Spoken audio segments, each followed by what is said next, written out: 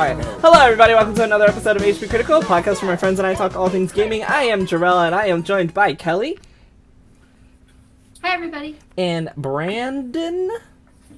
What's up, people? What? I said, what's up, people? Oh. And... Saba. Okay? Don't worry about it. Just go. Okay. And Gabe. Good evening, everybody. So yeah, I would go into, how you guys doing, how you been, what you plan, but we don't have time for that today, so we're gonna move on straight into a game of 20 questions, because I said that I want to get your brains riled and going and ready to work, so what better way than to start with a game of 20 questions? Now, I asked you guys if you wanted easy, medium, or hard, and I implied that I had a choice, said hard. and you don't have a choice, so, because I don't, I only know, one game that I just got the notification, so I hope I didn't start too early. Whatever. I only know one game for today that you guys are going to be guessing, so yeah, go ahead, let the questioning begin. Cool. Question 1. Is this a console exclusive? No. Okay. Interesting. Starting off with a variety game. You are so nasty. Variety game. Indeed. How was that nasty? I wasn't talking to you. Oh. I was. Alright, so it's not a console exclusive. Is it a... No, I don't want to ask that question. I hate that question. Hey, ask me the question before you ask Terrell. I was going to ask... If you ask it out loud, I'm counting it. I'm just kidding. I'm just kidding. Come on, guys, get those gaming brains going. This is the... Okay.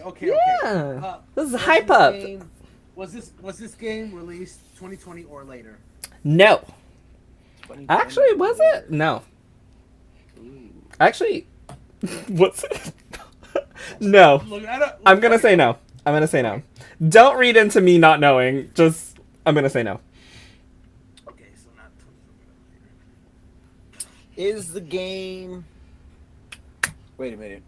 Was this... Oh, no, not that question, because I'm probably saying that wrong.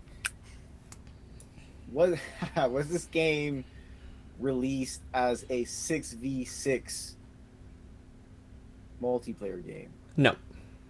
It's not Overwatch. I thought we were going to be making fun of Overwatch to start the podcast. Wow. We will, but just not to start the podcast. Not to start the podcast. All right.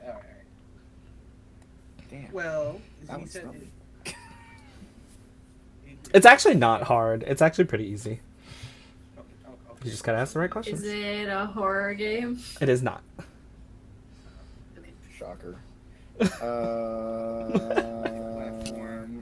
We're running out of time. Left.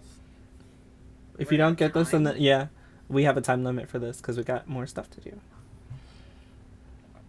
Is this game... No.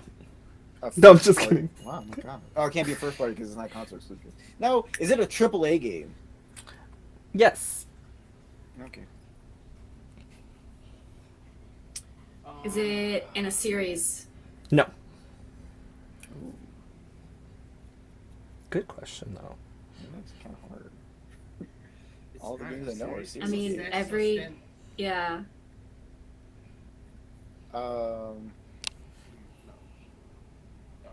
Shit. All right, I'm just gonna shoot out a publisher. Is this game made by Square Enix? No. Okay. Is this game multiplayer? Yes. You s- Okay. No, the first one I said Didn't was you already- 6v6. No, I said 6v6 multiplayer. Yeah, he was going for the hype. Yeah, he asked if it is a question. 6v6 multiplayer. Is this game It a is battle not. royale? Yes. Wait, okay. Oh. That right. Does this game... Oh, no, it can't be Apex Legends because that's a series. It's Titanfall. Okay. I would not at all Is this call game- Apex Legends a Titanfall series. Does this game sometimes win, or has it won in the past 5 years, best ongoing? I don't know. Let me check. I actually don't know. Probably. Okay. Does this game have grappling hooks? No. What game has grappling What hooks? game are you thinking about? Apex has grappling hooks. Oh, I figured I'd press it. it did. It did win in the Does this past game- 5 I know, years. I know what it is then. Oh, then you keep up with the questions because I don't know what the fuck he's talking about. I mean, should I just guess though? I'm pretty sure I know what it is. It's up to you. Wait a s- If you get it wrong, you fail. Okay. Okay. Let me just ask. Okay. Can you floss in this game? Yes. Oh, okay. Okay, yeah, for sure. In this game, do people in regards to this game make the main phrase "Where are we dropping today, boys"? I don't think I've ever heard you say that out loud, and the answer is yes. Okay. Does this game have a ton of collabs? Okay, we're not doing this. Please just I guess. am. Like I don't Okay, wanna the game know. is Fortnite. Yes, okay. the game was Fortnite. It was The not game hard. does have grappling hooks. It does? Fortnite has grappling hooks. It's had grappling hooks, and now it has another version of grappling hooks. But yes, What version? Oh. There's literally been an item you can pick up. I was or you can legit pick up. just playing the other day. I ain't seen no grappling hooks. I decided you're a liar. You might be Oh, telling hey. the truth, but I don't I believe am you. telling the truth. Okay, sure, buddy. What? Anywho, so now that your brains are riled up, we're gonna do gaming news and then we're gonna talk about Zelda. Okay, is that cool with you guys? Yeah. I hope so, because we're doing it. So, first up, the first piece of gaming news that I want to talk about when I get my screen clear, oh my gosh, is there's an article over at thegamer.com titled, "It's hard to imagine PlayStation ever releasing a game as bad as Redfall. One flop like Redfall doesn't mean Xbox has lost its way, but the fact that Sony's standards is so much higher certainly plays a role here."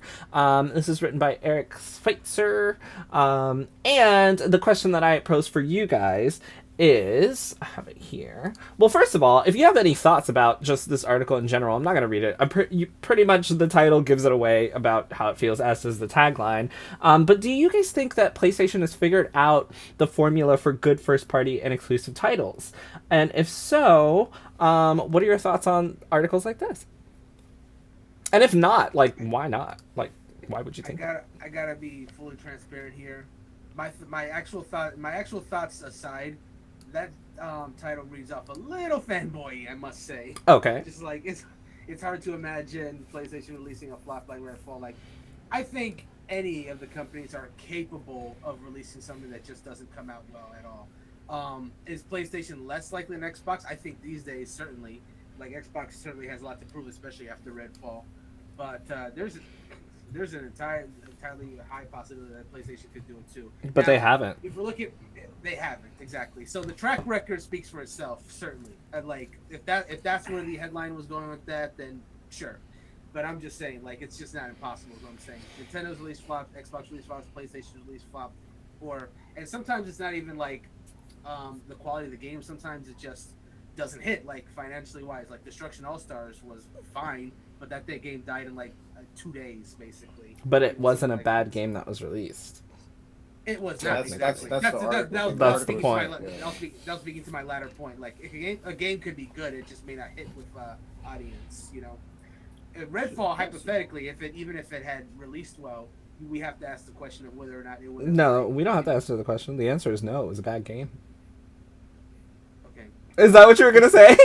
No, I was saying that Oh. if it was good, like would it have, because it was an online focused game where you play with friends, would it have gotten the community it needed to, like, to be sustained in the way it needed to?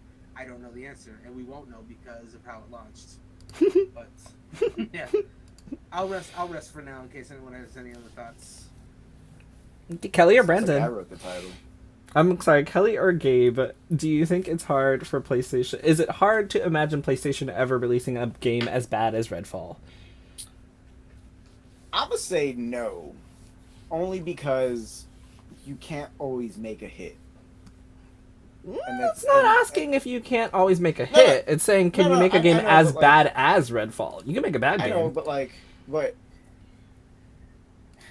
But a game as bad as Redfall is the question. So I'm going to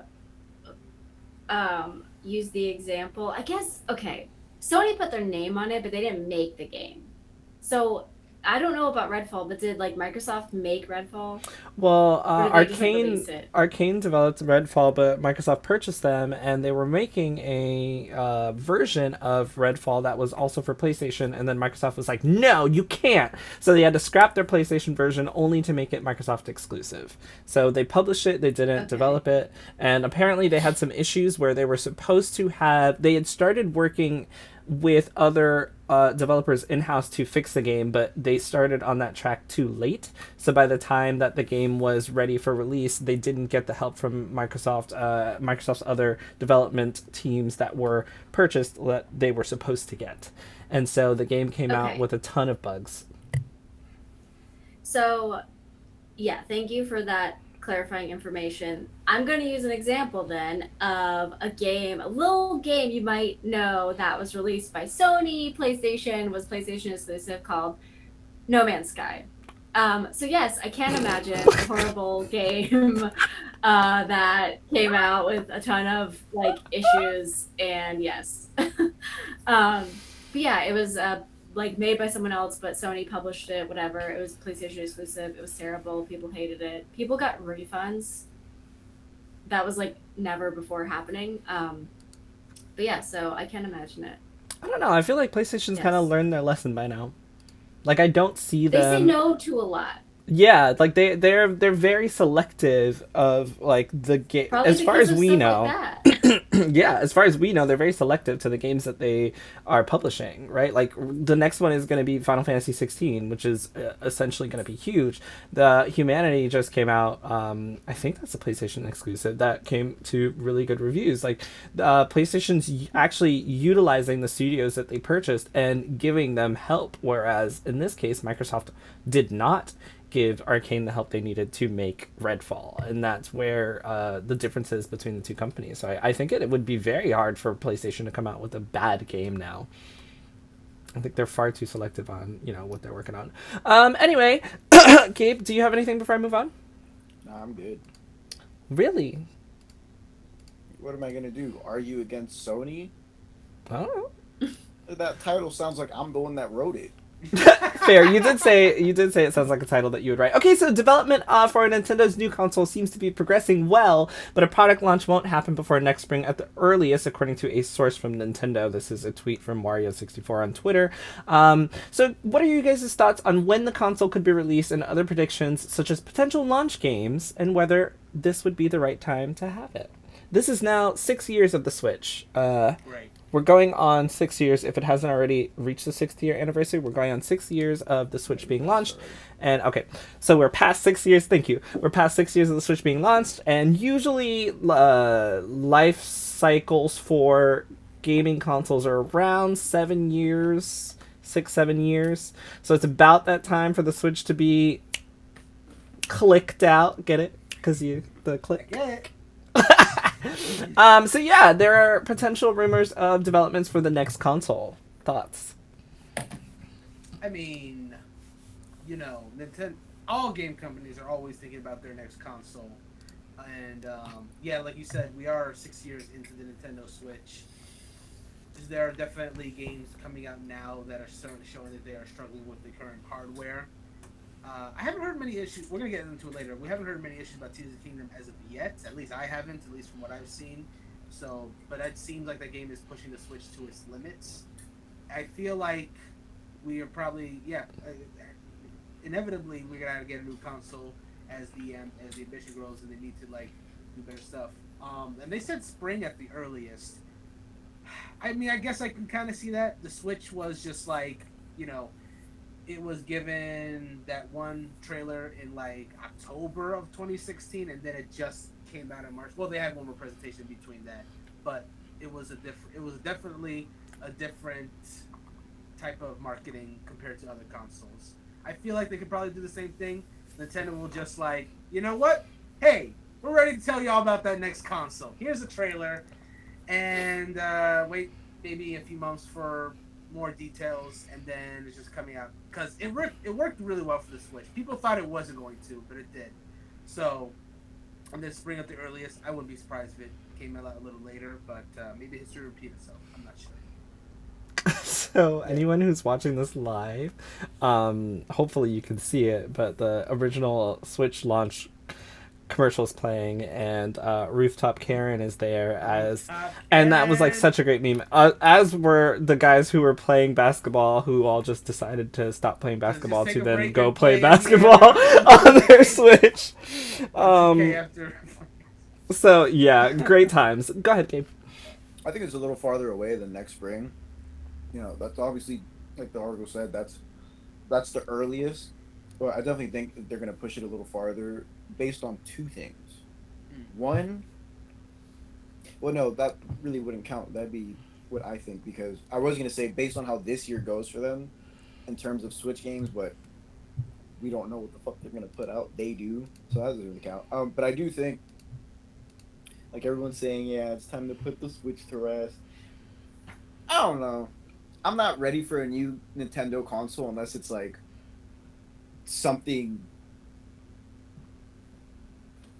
What's the word? I guess captivating. Because, like, I don't know. What. Like, because we know. I don't think it's going to be a handheld. Or hybrid handheld. I don't think so. I think with as much flack as everyone's been giving Nintendo about how the Switch isn't really, I guess, powerful, whatnot, I think they're like, okay, let's just go back to the home console for a second.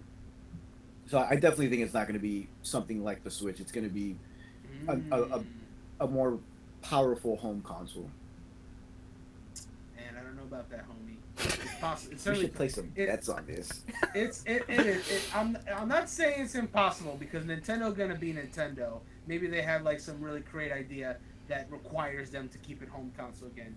I just feel like having the ability to play games literally anywhere on your console was just such a slam dunk of an idea, that the idea of like discarding it to do whatever might be their new idea, or just more powerful, be a more powerful console, just seems like they'd be shooting themselves in the foot. But again, this is Nintendo, so you know that's always possible. I think it'd be really hard to. They could. Sorry. Hmm? I was gonna say they could go back to home console and handheld, like the 3DS and the They most certainly could. It's the best way to make money. Make people buy more than one. Too, like who else is really gonna give them competition in the handheld department for the next couple of years? Like, you know, the Steam Deck came out, and that the Asus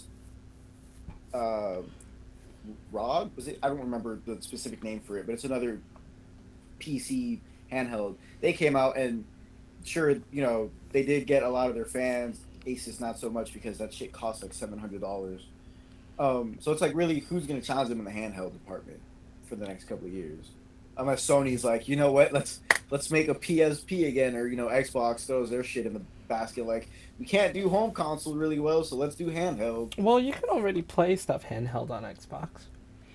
Which is with very cloud true. gaming. Actually, yeah, no. You can also do the same thing with PlayStation, technically. Yeah, but it's not the same as PSP.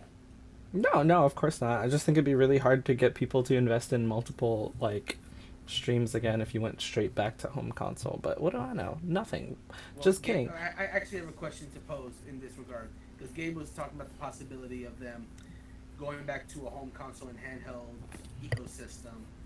What if, in your hypothetical, what if they didn't do a handheld and they just kept the Switch going, but then also had like a dedicated like home console? Like, I'll give you an example. Let's say Mario Kart 9 launched game for the new console, but there's also a Switch version, so you can play it handheld. So you have the option of playing, like, you know, I don't know, this is hypothetical, 4K console exclusive Mario Kart 9, or you could have the option to play it on the go Switch, just not look as good. Is that something you could see happening in your example? So ideally, like a Steam Deck and your PC. Yeah, I guess so. I guess it'd be the best comparison. No, because he You don't think literally so? said, I'm going off of what Gabe said. His statement was Nintendo knows that people are complaining about the Switch and its capabilities. So, like, if you make a home console, then you're still going to have to downscale all your games to be able to also be played on a 6-year-old system that people are complaining about because you can only get 1080p handheld. So how does that solve the solution? It just sounds like it just makes more issues, no? Like, it just would make everything more apparent how outdated the Switch is. But what would the problem with that be if the Switch is outdated? 'Cause that's what everyone's saying. Everyone's saying the Switch is outdated. Yes, so So Brandon was asking, if I'm not mistaken, he was asking, like, what about the probability of keeping the Switch and then developing a home console? And I'm saying, but that would literally not solve the issue of the Switch being outdated. That would just No, exacerbate how no. badly the Switch is outdated. So then what's the point Yeah. of keeping it? Because then Yeah, you're going to that's have to do what you did with Breath of the Wild, which is now you're going to have to develop games in a way that they can be played on both, but you're going to be held back by the capabilities of the Switch. Yeah, in the hypothetical, I was like talking about like it would.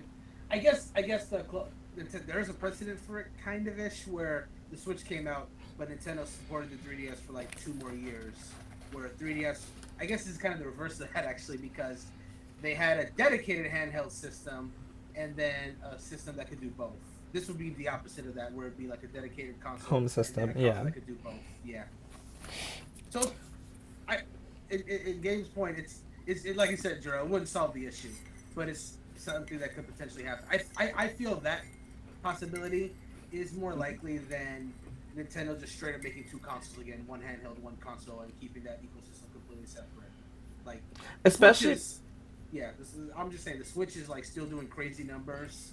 So if a new console did only ask people to only be able to play that console, I feel like the Switch would still have some life in it, even if the games wouldn't be as good. Oh, I don't disagree. Yeah, I agree that the Switch will still have life, but then I'm thinking, especially because of handheld exclusive titles that are no longer handheld because of the Switch, right? So we're looking at stuff like Fire Emblem and Pokemon, all these games that we were actually able to play on TV or choose to play handheld.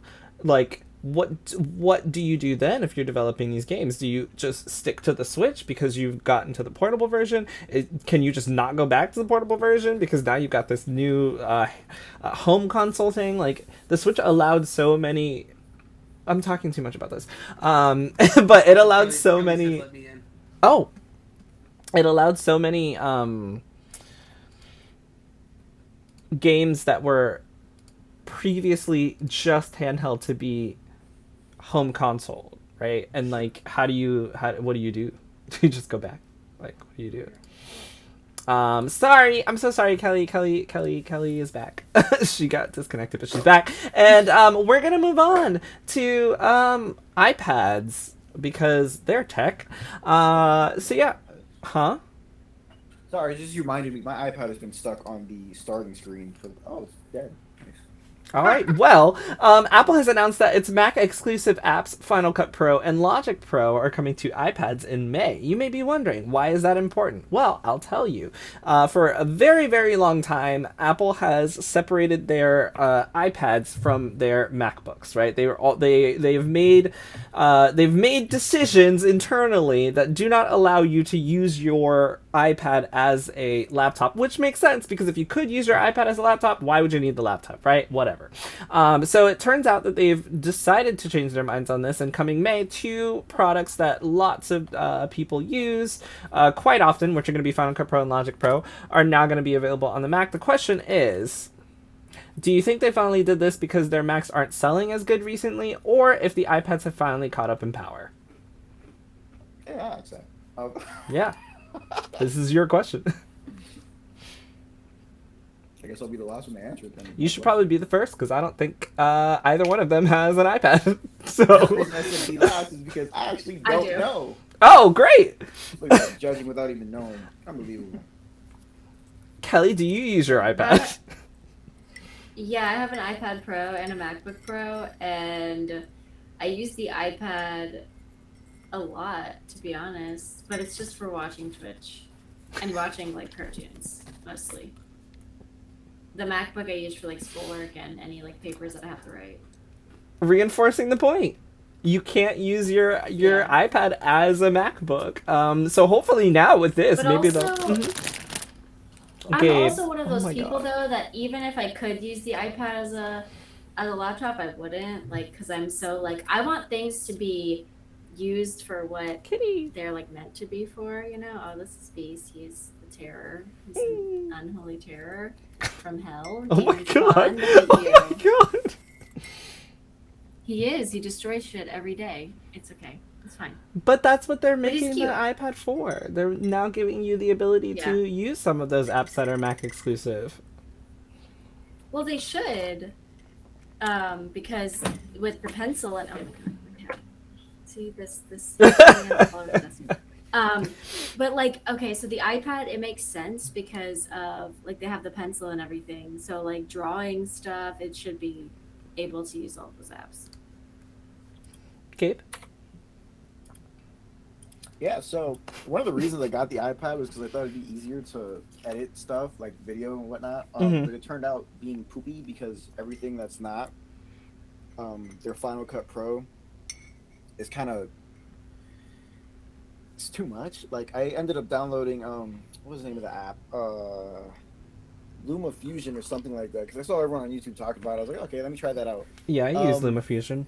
It's For this podcast. so hard for me to grasp. I looked at it. I was like, I just wasted however much money it was.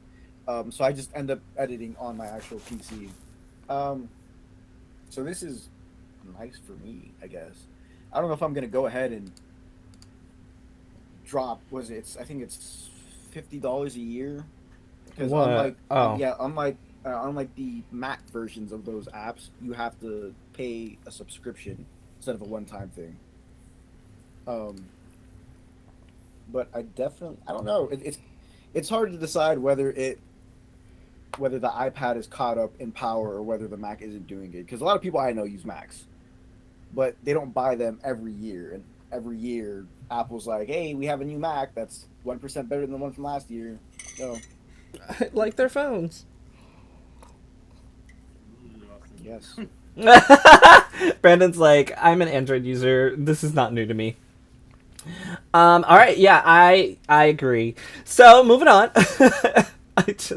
I'm looking at time. I'm sorry, y'all. I'm trying to keep a tight schedule. So this is a fun one. A world-renowned Japanese development team is now creating ambitious new action-adventure IP. Who? You might be surprised to find out it's Game Freak, the same people who can't make a Pokemon game run right on the Switch. That was really mean. I love Game Freak and I love Pokemon. I take that back. So yeah, Private Division is a publishing label of Take-Two Interactive Software. They announced that a partnership to publish a new title from Game Freak is coming. Founded in 1989, Game Freak is obviously most known for creating more than 30 entries in the Pokemon franchise, which is widely recognized as one of the best-selling game series of all time. Project Division will publish a brand new action-adventure IP from Game Freak, codenamed Project Bloom. They have unveiled the first piece of concept art of the game, and it's in our chat if you guys haven't seen it, and it basically looks like it's going to be a feudal Japan action adventure title. And here's a quote from Kota Furushima, the director at Game Freak.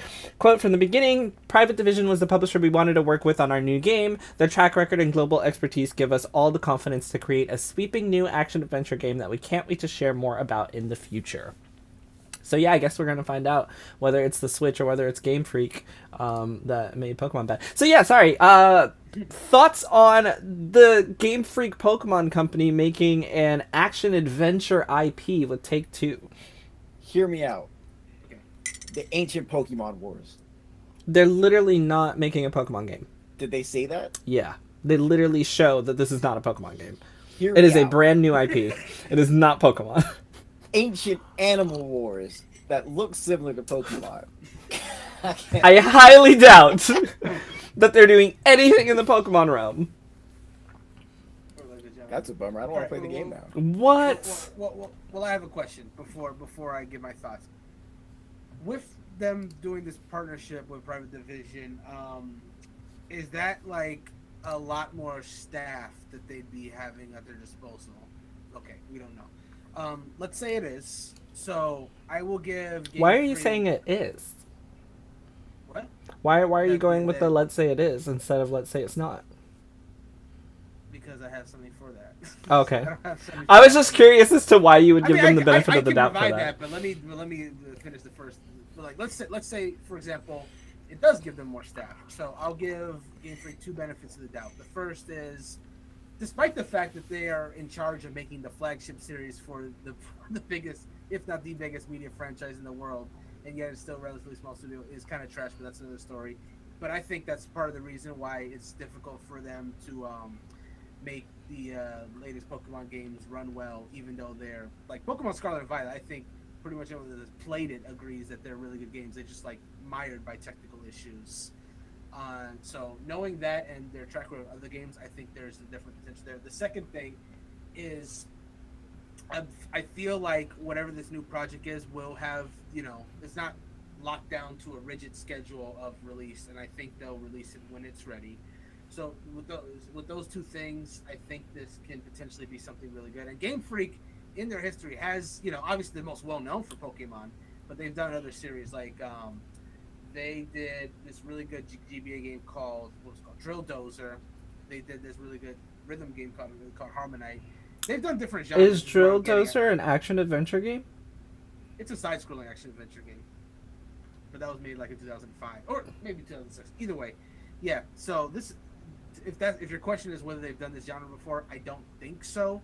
Like anything that they've done really outside of like the monster collecting game has been either like side-scrolling platformers or rhythm games. But they've done other genres is where I'm getting at with this.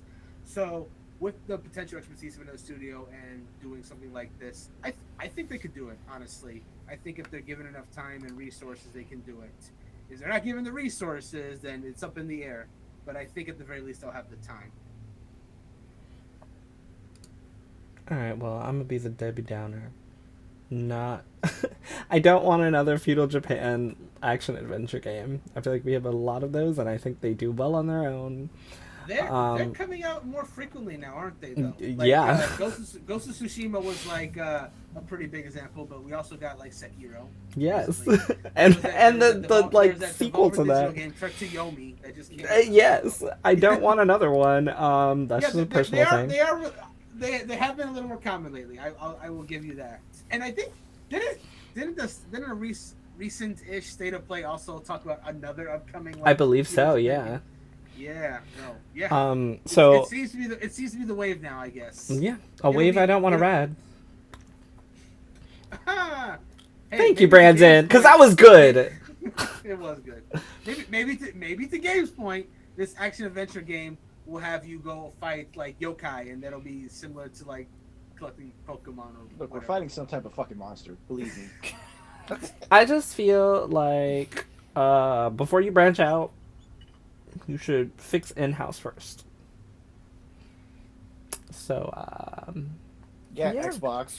I'll leave. What? I was talking about Pokemon. Like, I know what you were talking about. It would be interesting / cool to see if a Game Freak game outside of Pokemon can reach mainstream success, because a lot of those other games I mentioned, they're good games, because they become like hits. Nobody cares who develops games anymore. No one's like, I mean, like, no, I don't think it is. I don't think that the average consumer cares that Game Freak made this action adventure game as long as it looks good. It'll probably be a nice note to add, but I don't think they're going to be like, oh, Game Freak made this. I have decided one way or another how I feel about it. If it's a more established one like Activision Blizzard, then sure. But like, when studios okay. So moving on, let's talk about Xbox, since Gabe brought it up. I love talking about Xbox. It's all we seem to talk about here at HPCritical. Maybe this one's positive. I doubt it. Positive. Let's find it's out. Positive for them. Okay, well, Electronic Arts CEO Andrew Wilson responded to Xbox's ongoing attempt to acquire Activision Blizzard, saying that it's not really material to EA whether the deal goes through or not. Oh, no. Yeah. Speaking on a call following EA's most recent round of earnings, Wilson said EA is Microsoft's biggest partner, while claiming that it is the #1 publisher on their platform. I didn't know that. Quote, so whether the deal goes through or not is not really material to us broadly, Wilson finished.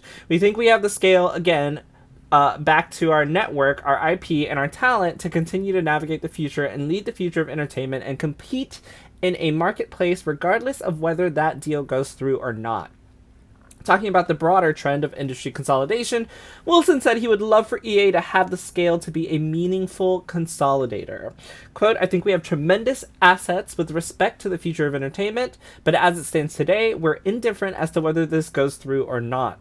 We think we have an incredible strategy, we feel like we have an incredible opportunity, and whether it goes through or not, we'll continue to be the #1 publisher on the Microsoft platform. Yeah. So, what do we think about that quote? Man, you make one good game in however many years, and all of a sudden your head's big again. Okay, but EA has, in fairness, EA has a ton of games. I think, I don't know if it would be fair to still call them the biggest, like, company under Microsoft if the Activision Blizzard goes through. I feel like that would not be a fair comparison, because I could tell you about FIFA and The Sims, and, you know, I don't know, what else does EA publish? Bunch of bullshit, probably. They do Dance. No, that's Ubisoft. Oh shit. Wait, Dance Dance Revolution or just Dance? Either way, it's not EA. Oh my God, Brandon! Thank you, Brandon. Thank you.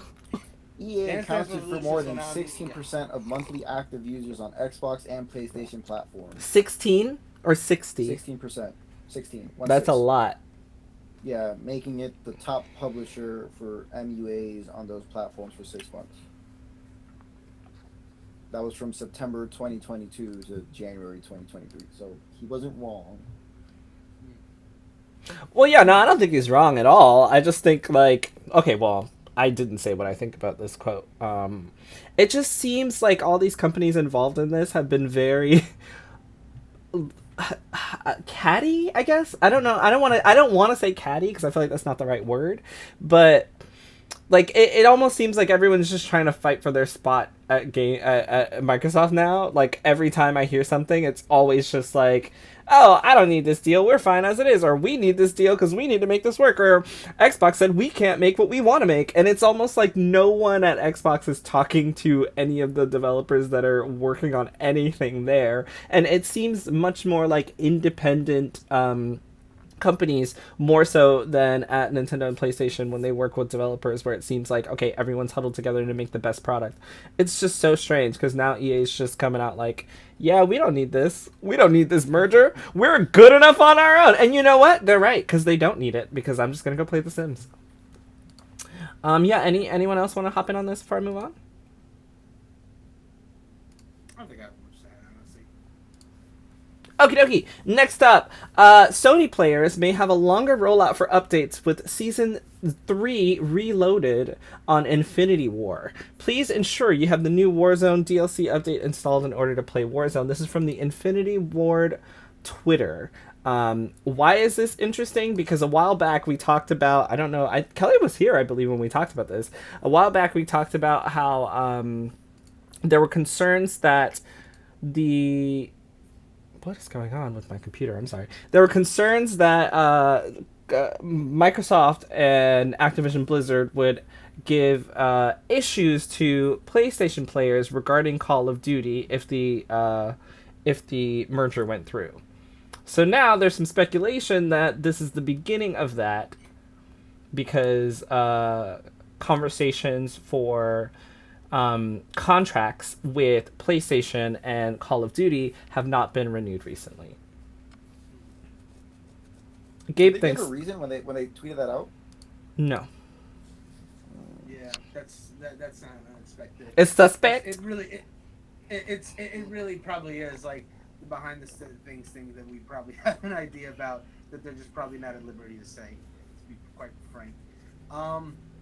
Yeah, that is there is a bigger story behind this rather unassuming headline, isn't there? Like, why is the Season 3 being delayed? What will it entail when it eventually comes out? How much is this merger or lack thereof going to affect that? I think this is so probably... according to Phil Spencer, it's not going to affect it at all.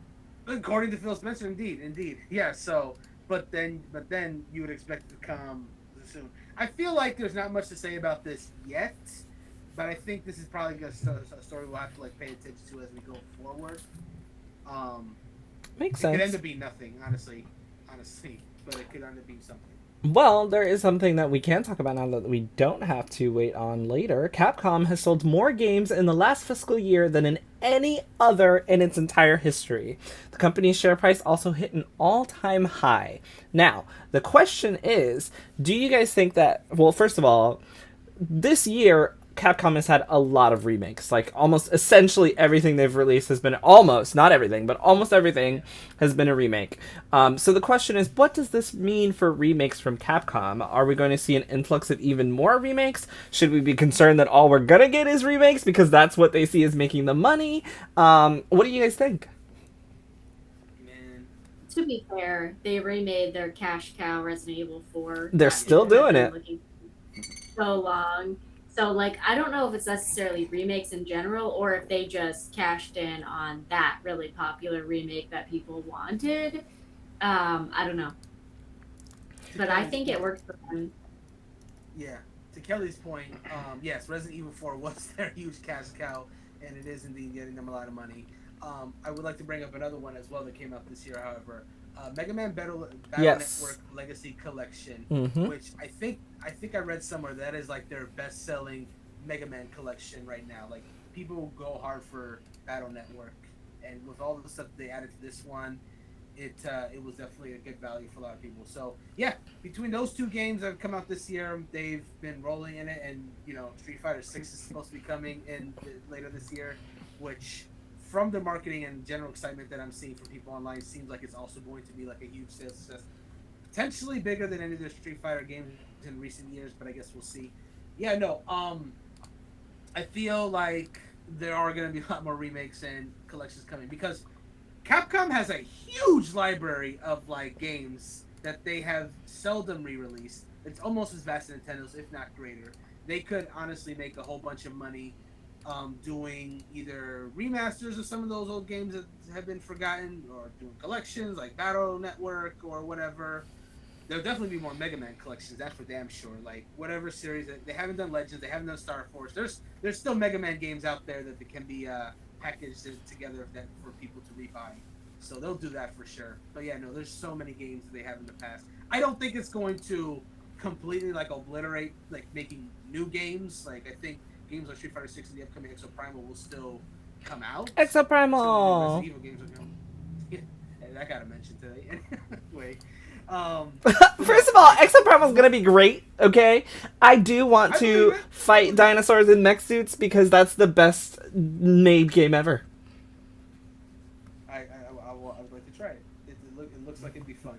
But yeah, no, there'll be some new games coming. But yeah, no, with the sales that these remakes / re-releases get, there's more coming without a doubt in my mind. Yeah, so just to add on to that, just so you guys are aware of some of the sales, before I'm just asking you questions and not giving you data. What a horrible host.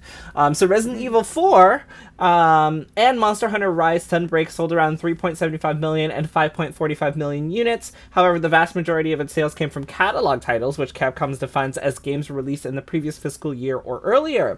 Those sales, which it says were mostly made up of titles in the Monster Hunter, Resident Evil, and Devil May Cry series, reached 29.3 million units, exceeding the 24 million units in the previous fiscal year. So we're looking at things like Monster Hunter Rise Sunbreak, Resident Evil 4, Monster Hunter Rise, Resident Evil 2, Resident Evil 3, Resident Evil 7 Biohazard coming to other things. And they also had some mobile content that was highlighted. I'm currently playing Street Fighter Duel. That's not them, but they're partnered with that. Capcom said 12.4 million in sales is made up of new titles as well, including Mega Man Battle Network Legacy Collection, Resident Evil Village Gold Edition, Monster Hunter Rise Deluxe Edition, Capcom Arcade Second Stadium, and Capcom Fighting Collection. 89.4% of its game sales during the 12 months were digital, and 19.7% were sold in the native Japan, which counts for 8.2 million. Other than Monster Hunter Rise Sunbreak and Resident Evil 4, some of the top sellers were Monster Hunter Rise and Resident Evil 2 and Resident Evil 3. So they definitely know what's selling. So you know what's next? Resident Evil 5. Resident Evil Code Veronica. A bunch of more Resident Evil games. Because that's where your cash is coming from. Especially like the diehard Resident Evil fans that want Code Veronica to get another chance. I hear that sentiment often. By the way, I didn't even mention Monster Hunter. That's going to continue making extreme cash for them. Yeah. How many times they release an existing version or new version. So all of you have PS5s, right? Yes. All right, quick, fun question. Don't hurt my feelings with the answer. So some people, there's a funny little tweet over at Polygon saying that some people are gonna be finding it hard to find something to do with their PlayStations now that Tears of the Kingdom is out. And so I posed to you guys, what's one fun thing you'll be doing with your PlayStation while you're not playing it? I will have it. I'll tell you what I have been doing it for. I just have it for YouTube in the background to listen to stuff while I'm playing Tears of the Kingdom handheld. For example, for example, I did not watch that live Treehouse that came out before the game actually came out, but I figured I'm playing a bunch of Tears of the Kingdom today. I'll put it in the background while I play, see what they were doing while I'm playing it. So yeah, that's what's Gabe said he uses his as a nightlight. Spoilers. Sometimes it's a nightlight when it's on rest mode if I'm downloading a Fortnite update or something. But right now it is currently my headset holder and my melatonin holder. Kelly, what's your PlayStation 5 currently doing? Well, I'm not playing Tears of the Kingdom, but this is what I always use my PlayStation 5 for. Is just for like Netflix and watching TV. That's it. We don't play games on it. It's just like a very expensive streaming service. Yes. Oh my gosh, guys, it's rough out here on these streets for PlayStation. Well, to be fair though, I still use my PlayStation. It's just that's all. I haven't used it since last Thursday. Actually, Jarrell, you want to know what I was playing before Tears of the Kingdom on Thursday? Overwatch? No, I was playing Final Fantasy VII Remake. No way! I put in I think a good 3 hours. Why? Playing it again. Cause I was like, honest to God, I could I'm sitting down and I'm like, oh, let me play a game or something. I was like, there's nothing I want to play. I want to play Tears of the Kingdom. But I was like, you know what? I yell at Jarrell for not finishing Breath of the Wild. Let me do some. And I did finish Breath of the Wild. Yeah, he did finally. God. But yeah, I was like, I want to play Final Fantasy. Why did you not tell me? Because I was actually low-key trying to beat it until I looked up how many hours it takes to beat. Like, I was trying to beat it before Thursday and be like, no. Oh, guys, look what I've been... Yeah, but I had 8 hours when the last time I saved, and I looked and it's like, oh my God, 40 hours or something. I was like, damn it. That is like my favorite game. Yeah, we can have a lot of conversations about it that I won't go into right now because I'm going to yell at Kelly for also not finishing it.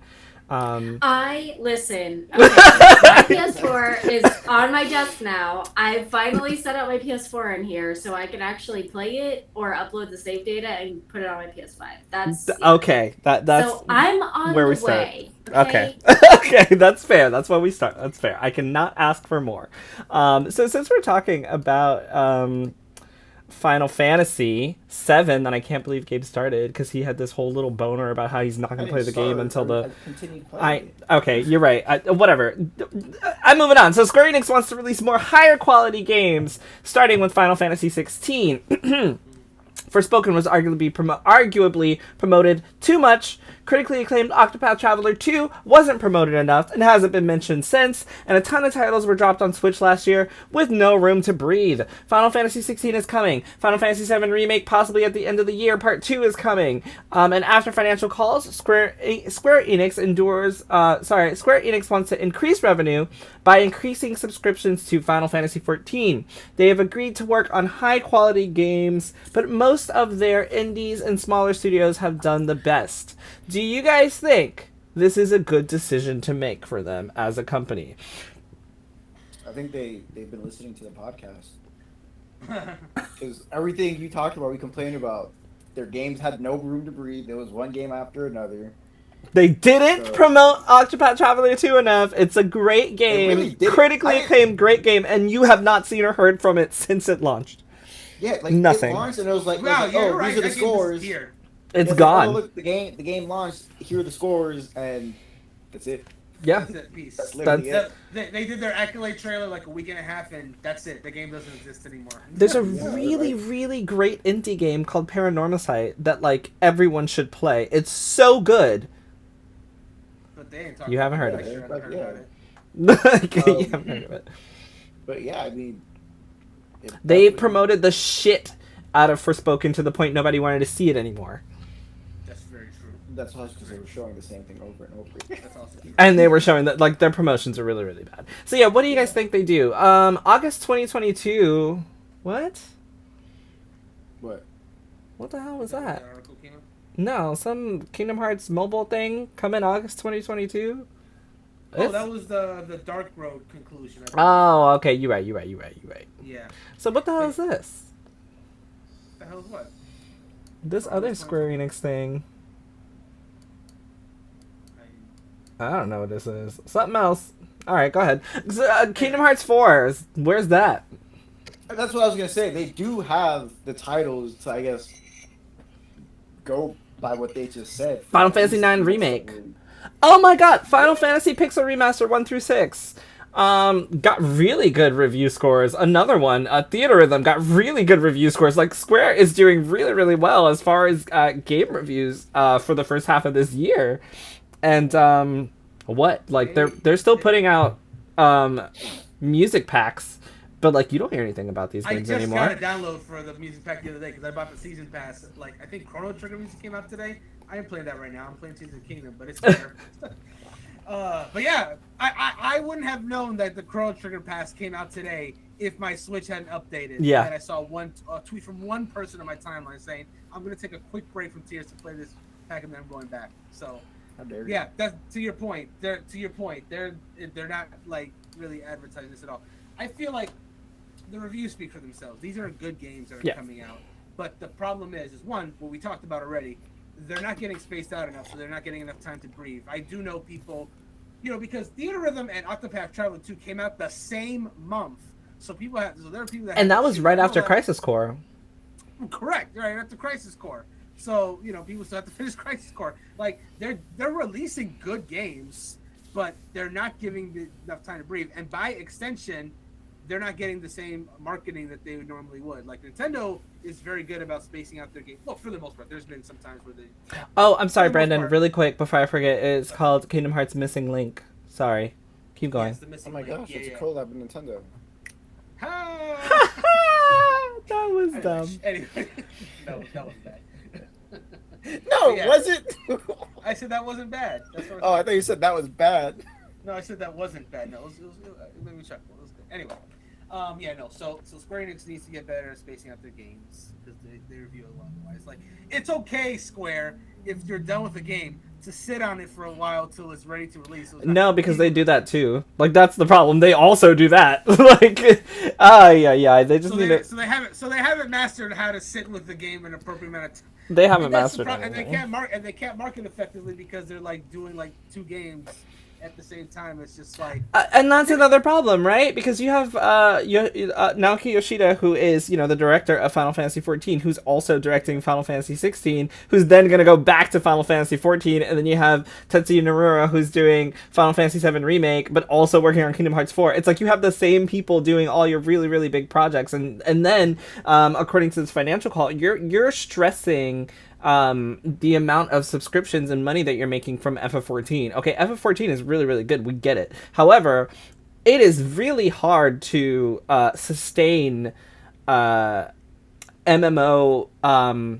financials. And sorry, I shouldn't say that. I should say it's hard to increase revenue year over year without expansions, if that makes sense. Because like my boyfriend just logged in to play Final Fantasy XIV, and he was like, all right, I'm caught up on the story. There's nothing for me to do. And then he did not renew his subscription, right?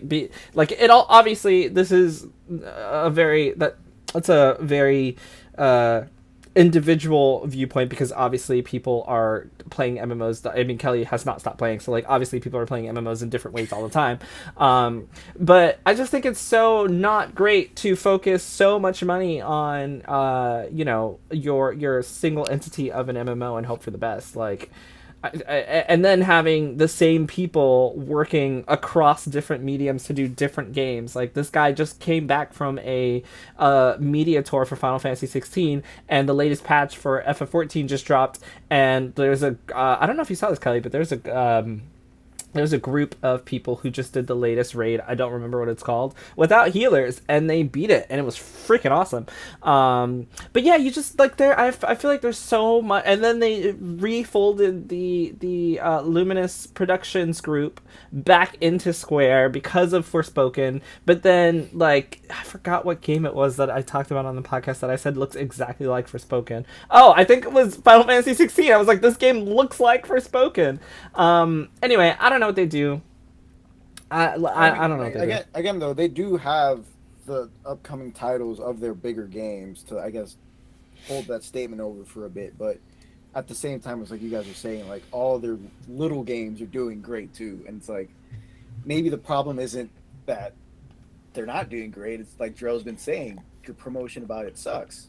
Like Harvestella, another one that we didn't hear about at all.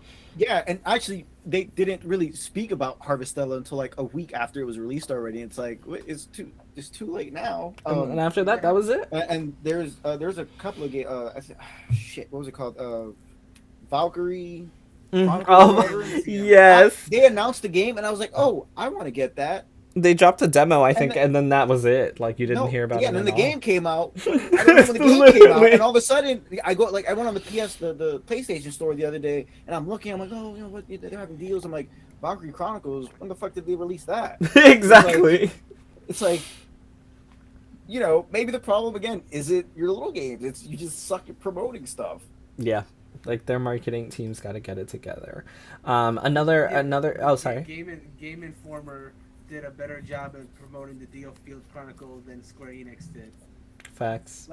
Like I remember Wesley when he was doing coverage for that game was like talking about it a lot, saying how much he loved it. I was like, damn, you are talking more about this game than Square Enix has done in the entirety of its. Which shout out to Wesley for the cover story of Final Fantasy 16 over at Game Informer. That shit is great. He flew to, for anyone who does not know, he flew out to Tokyo to play some Final Fantasy 16 and talk to the developers. And he came back and worked on the cover story for Final Fantasy 16, and it looks amazing. So shout out to Wesley, friend of the podcast. He's doing very well for himself over at Game Informer. We love you, Wesley. I'm gonna get him back on the podcast so he can talk all about his trip to Tokyo and playing Final Fantasy 16 and talking to Yoshida and the rest of the developers. Anyway, moving right along to the last story. Overwatch 2. That's 2. Overwatch 2. So, I will do a very quick rundown of Overwatch 2. Overwatch 1, released in 2016. One-time payment, not a games as a service game. You just not one that you have to pay for. You just log on, play with your friends, log off. Free heroes every time they had an update, etc. Then, Blizzard decided to make Overwatch 2. And Overwatch 2 is no longer free to play. It is now games as a service, and you technically can play for free, but it has a battle pass. So if you want a new hero now, you have to either play a long time to unlock them, or you can buy them through a battle pass. It's the same formula as Fortnite. And one of the reasons the developer said that they needed to go from Overwatch to Overwatch 2 is because they were implementing a bunch of single-player PvE modes, which included taking characters, giving them brand new abilities, making them they got like RPG tables of abilities you could choose, and a bunch of other stuff that they were like, yeah, we can't do this with Overwatch 1. We have to make a whole new game and like change it for everybody because you guys don't understand. It's going to be a brand new experience that you can play single player with different hero missions, replayable co-op. I'm reading it off the thing. They had a bunch of stuff. And just yesterday, I believe, they came out and said that all that's been scrapped. So Overwatch 2 is now basically just Overwatch 1, but now you got to pay for a battle pass. It's worse than Overwatch 1. Worse than Overwatch 1. Okay.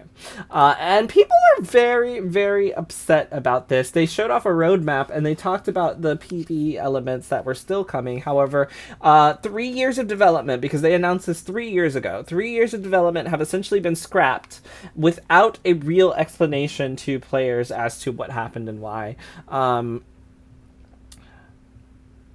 With the loss of the PvE version promised, Um, I want to make it like a more broad conversation, and of course, because Gabe plays Overwatch, if you want to go more nuanced, you totally can. If a game company that, let's say you're playing a game, if a game company said that they have to make a sequel to this game because the changes they're going to make are so big, it's going to take at least 3 years to implement those changes, and then 3 years later they say that they're not doing the changes anymore, how do you think that company should be held accountable? Man, the first question is who's going to hold them accountable, because obviously us as players can't really do anything about it. I mean, we could all stop playing Overwatch. We could, but we won't. I never so. started. There you go. Fair. Yeah, but like, I don't know. That's such a shitty thing to do. Well, do you think it's fair to hold this against them? I absolutely do. Like, I'm sorry, I'm never gonna believe anything Blizzard says again, especially in regards to anything Overwatch related. Because that, come on, man. You can't promise this whole new experience for a game that was doing really good. Okay, Overwatch was doing really good. It had its peaks, it had its lows, but it was, regardless of all that, before they decided to start transitioning into Overwatch 2, it was doing really good for itself. It was a good game. If you like that type of game and whatnot, but to go ahead and make such a big deal, because one of the like things was like they gave us this great cinematic.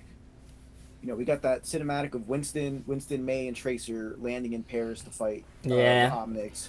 And Genji came out, and everyone was like, "Oh my gosh!" Like, yeah, like, and it gave you that sense of like what they're gonna do with PVE is gonna be so good, and like, and then they kept talking about it, and then people went to BlizzCon, and they were able to see actual footage of the skill tree, of some of the missions you were going to do as the heroes and whatnot, how the heroes work together and whatnot, and we kept hearing about it, and then finally Overwatch 2 launches, and it's like, where's the PvE? And it's like, oh, it's still coming. It's coming. We're working on it. Yeah, we're working on it. It's coming. We're working on it. Don't worry about it. And the hype is still there. It's like, okay, we switched over to Overwatch 2. A lot of us were a little disappointed on some of the big differences they made in it, but we're here with the PvE. The PvE is going to come. Season 1 finally comes, and then Season 2, and it's like, okay, we're still waiting, and they're still telling us it's coming. We're working on it. It's coming out. It's it's coming together. Season 3 comes. No, Season 4, I believe, and they tell us that the roadmap shows PvE coming in Season 7 at the latest. That's where kind of everyone was like, wait a minute.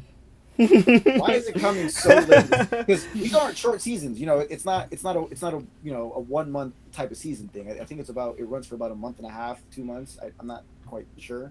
And then Blizzard kind of stopped talking about the PvE. They're like, yeah, it's coming Season 7, and they stopped talking about it. And then they come yesterday and they're like, all that hype we gave you guys, yeah, that's thrown out the window. Like that's such a shitty thing to do. And there's even a lot of people, the content creators from the Overwatch community, that they're like, they knew the PvE wasn't going to come, and they kept stringing along. So it's like, I'm going to hold that against Blizzard for as long as I play any of their games. Fair. Kelly or Brandon, same question. If there's a game that you're playing and the company promises something 3 years later and then they just drop it, what do you think happens then? How would you feel about it? Is it fair? Do you hold it against them? Do you think, okay, no, there's some issues going on? How do you feel? This is such a unique situation because, again, you two kind of covered it already, but like the whole point that this online live service game was going on for as long as it was, but had to get this mandatory sequel / update, was because of this mode that ultimately didn't come. Yep. It kind of asks the questions like, why did he even bother to make the sequel in the first place if it wasn't even going to happen, right? And just look. Here's the thing. It happens. So, like, sometimes features that you want to implement don't come out, and if you've never told the public it wasn't going to happen, then it's not even something they're even going to worry about. And sometimes you do announce a thing that's going to happen, but it doesn't happen. But here's the thing, and Gabe said this very well. They hype this up. Yeah. This was not just like we announced this once and hope people forgot. They were gung-ho. This was the modus operandi of Overwatch 2's very existence. And then it got canceled. So then it's just like, well, it's just I don't know if there's any other game that could be even comparable to that. If I'm being perfectly honest, like what other game could like be running for as long as then get a sequel that promises like one big key feature that doesn't? I don't even know another game that could even do that, and it definitely puts like Gabe said, it's very good. It's going to be very difficult to trust Blizzard on their word now if they were willing to cut something that was so requested for. And we got this recently, by the way, with not to such a big extreme, obviously, but with Halo Infinite, when they cut the couch co-op mode, I think it was. Yeah. When they said, yeah, we're not actually we're that. When they said, yeah, it's coming later. They said, we're not people that play. We're not. So there's precedent, but I know a lot of people are mad about that one, and deservedly so. But the reality is, there probably was as much a big percentage of people that are playing couch co-op. Man, Overwatch has been a huge franchise since its launch in 2016. There were hella people excited to do some PvE with all these beloved characters that they've known for like 9 years now. So, yeah, this is a big deal. This getting cut. No, this is oof with capital all three capitals. I'm just being very cynical. The only thing I will say about this is that no one can convince me now that Overwatch 2 is not just a cash grab. Because Overwatch 1, you had to pay $60 and you got all the content all the time. If you chose to buy loot boxes, you could. However, you didn't have to because you would get them through just regular gameplay. Now they have a battle pass situation, and it's one of those where you've got to play a ton to unlock a character, or you're gonna have to literally shell out $20 every season. And this is the best way to make money. I mean, Fortnite makes a bunch of money from it. Overwatch is probably also making a bunch of money from it. So it's just like a strategy to change your business practice, right? Instead of selling this one game $60 and having people play this one game for 7 years and not making money off of them, because that's what they were doing, we're gonna switch to Overwatch 2 and charge these bitches every season. And that's how you get players who have already purchased to continue to spend money. Yep. So in the end of the day, the sequel was a change to their monetary infrastructure as opposed to a genuine new feature that would warrant a sequel, which is shitty. Yeah. So because it's after 9, I'm not gonna have time to do our Zelda conversation today. Sorry. Yeah. It's okay. That just gives you all more time to play it so that we can talk about it later. I do have one more thing to say, though. The Legend of Zelda Tears of the Kingdom has sold over 10 million copies worldwide in its first 3 days. Which I believe makes it the fastest selling Legend of Zelda launch, right? It does. It does. That's pretty impressive. Like, just real quick thoughts on that. Yeah, that Zelda hype has been at an absolute fever pitch. Not since Breath of the Wild has it been this high, and I think the only thing that I think Breath of the Wild possibly could have also reached this record. The only thing was, it was also a launch title with the Nintendo Switch. A lot of people were like, I can't get the Switch just yet, so I'm going to hold off on it. So, lifetime sales, Breath of the Wild did really well, but with Tears of the Kingdom, it had the benefit of a lot of people already owning the Switch. So they could just go right into it, and by that point, have already having played Breath of the Wild. So I think all the recipes for this game to have a really good success were there, and and the numbers speak for themselves. Gabe provided me a wonderful breakdown. 4 million in US sales, 2.4 million in JP, and 3.6 million for the rest of the world. 10 million in the first 3 days. And as you mentioned, it is the fastest selling game in the history of the Legend of Zelda series. Do you guys know what other game from Nintendo sold 10 million in the first 3 days? Do you remember? Animal Crossing. No. Actually, maybe. Maybe. Scarlet and Violet? It was Pokemon Scarlet and Violet. Yes, Pokemon Scarlet and Violet also sold 10 million in the first 3 days of launch. So Nintendo is really just... Why are you looking like that, Gabe? You forgot? I can't hear you. My bad. I was muted the entire time. I was talking shit. I thought, fuck, what's the game's name though? I can't remember the game name. Sword and Shield. I thought they also did. Oh, you know what? They probably did. I don't know. They probably did. Some good numbers. And Animal Crossing? I mean, I don't know. I just only remember Scarlet and Violet. It could also What be was Animal that? Maybe Crossing. not in the first 3 days. Yeah, Maybe that's what not I'm in the wondering. first Yeah. Because that was Fair. that did come out like right at the beginning of the pandemic. And it took time for everybody to, get Yeah, into that's it. true. Yeah. So yeah, my final conversation: Zelda, Jedi Survivor, Hogwarts Legacy. All of these games are hitting gargantuan sales numbers with no multiplayer or live service. Is this absolutely going to affect the games that we see in the coming 3 or 4 years? This is a Twitter post from Del Walker, and now I'm asking you guys. With all these games coming out, all these single player games coming out that aren't focusing on multiplayer at all, do you think we're finally going to see a shift in the way that games are presented to us? Because, Redfall was the last co-op multiplayer game, and look how that turned out.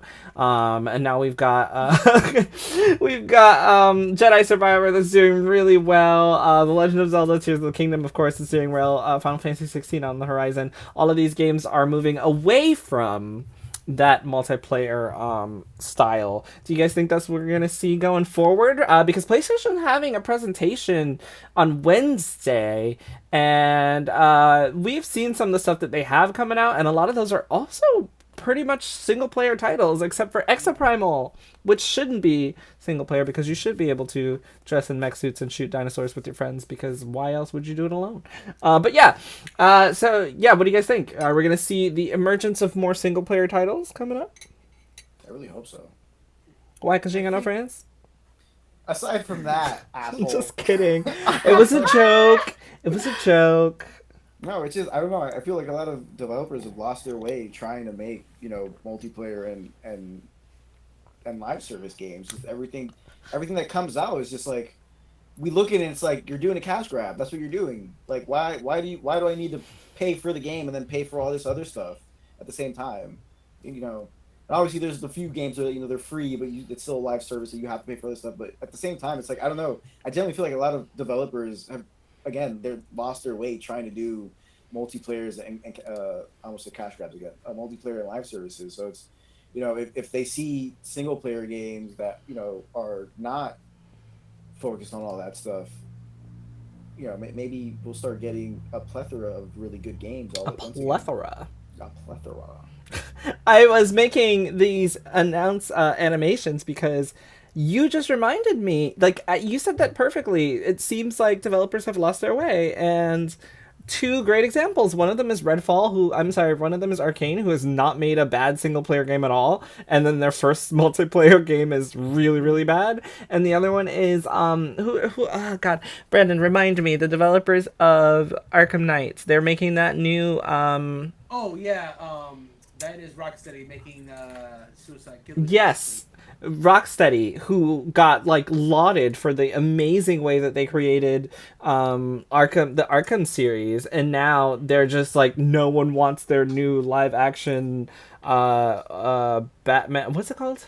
Whatever it's called, the bad one that they keep having to delay because yes, that they keep having to delay because nobody wants it because everyone says it looks bad. It's yes, it seems like developers are going after this whole yeah, let's do multiplayer, and they don't know what they're doing, or they don't know how to do it right. And that's, I guess, why we had that conversation about PlayStation needing a good multiplayer game to come out on their end, because they don't have one and they won't have Call of Duty.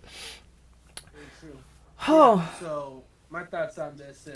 We for a while, I want to say during the PS2, PS3 era, we had a lot of we had both, I guess. We had a lot of single player focused games that also had tacked on multiplayer. Mm-hmm. Like Last of Us Part 1, or the original Last of Us when it came out on PS3. Obviously it's very well known for its single player story, but also had a multiplayer mode, because that was just the trend of games back then. It's just include a multiplayer to give it a little additional longevity. And it wasn't not uncommon for games with focused multiplayer like a shooter to also have a campaign mode to give people that single player experience as well. But I feel like, going back to our earlier story about Overwatch 2, it cutting out its planned PvE mode is kind of emblematic of where we're at now with games, where I feel like going forward, games that offer rich single player and multiplayer are going to become farther and fewer in between. I think games, really, like you said, for games like Tears of the Kingdom and Jedi Survivor, hyper focused single player games doing as well as they have, I feel like going forward, developers are either going to choose. I don't think they're Okay. going to try to do both. I think they're either going to try to do like this really, really good single player game that's for you to play by yourself and maybe talk to your friends about, or you'll get your online live service game that is exclusively meant to be played online. They won't even bother with a single player mode. I know, like I played. I think it was like one of the new Battlefield games. It was on PS Plus last month, and I played it.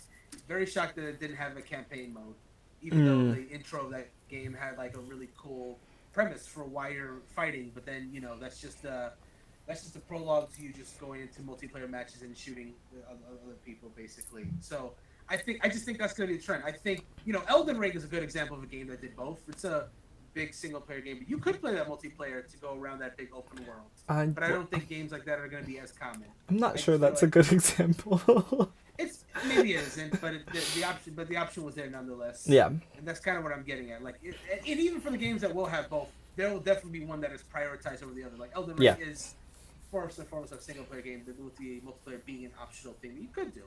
But yeah, I think it's just developers going to choose. We're not losing live service games anytime soon. I think those are going to continue, but the success of single player games cannot be ignored, and I think that is still going to continue. It's just Yeah. rarely shall the two meet.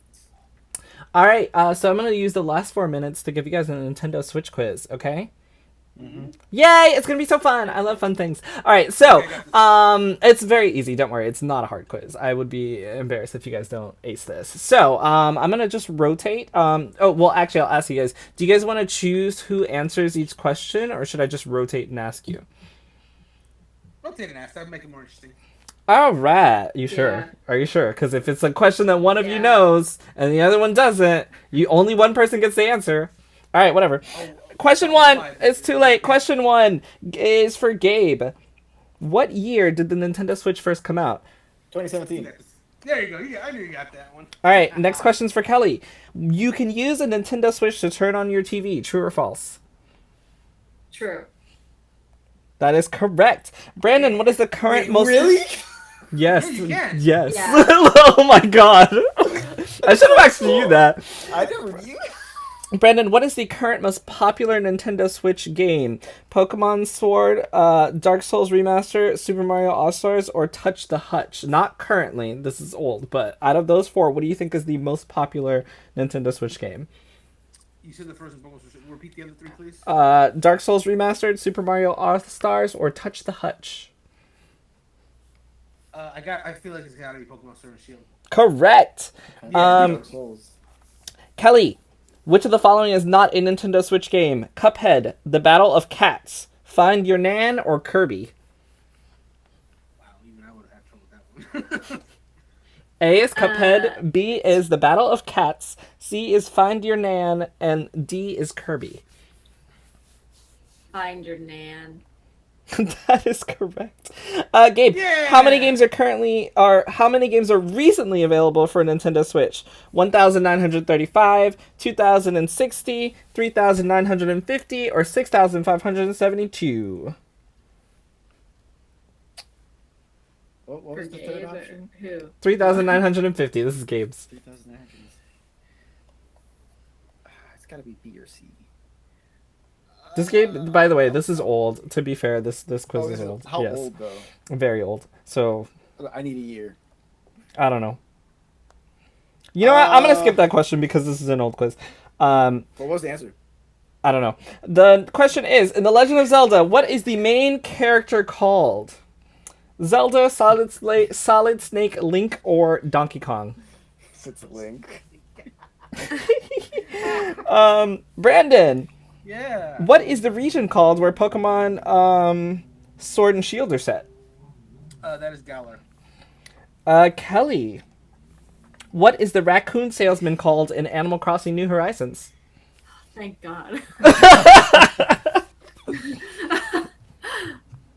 Do I have options? I will give you them if you want them. Do you want them?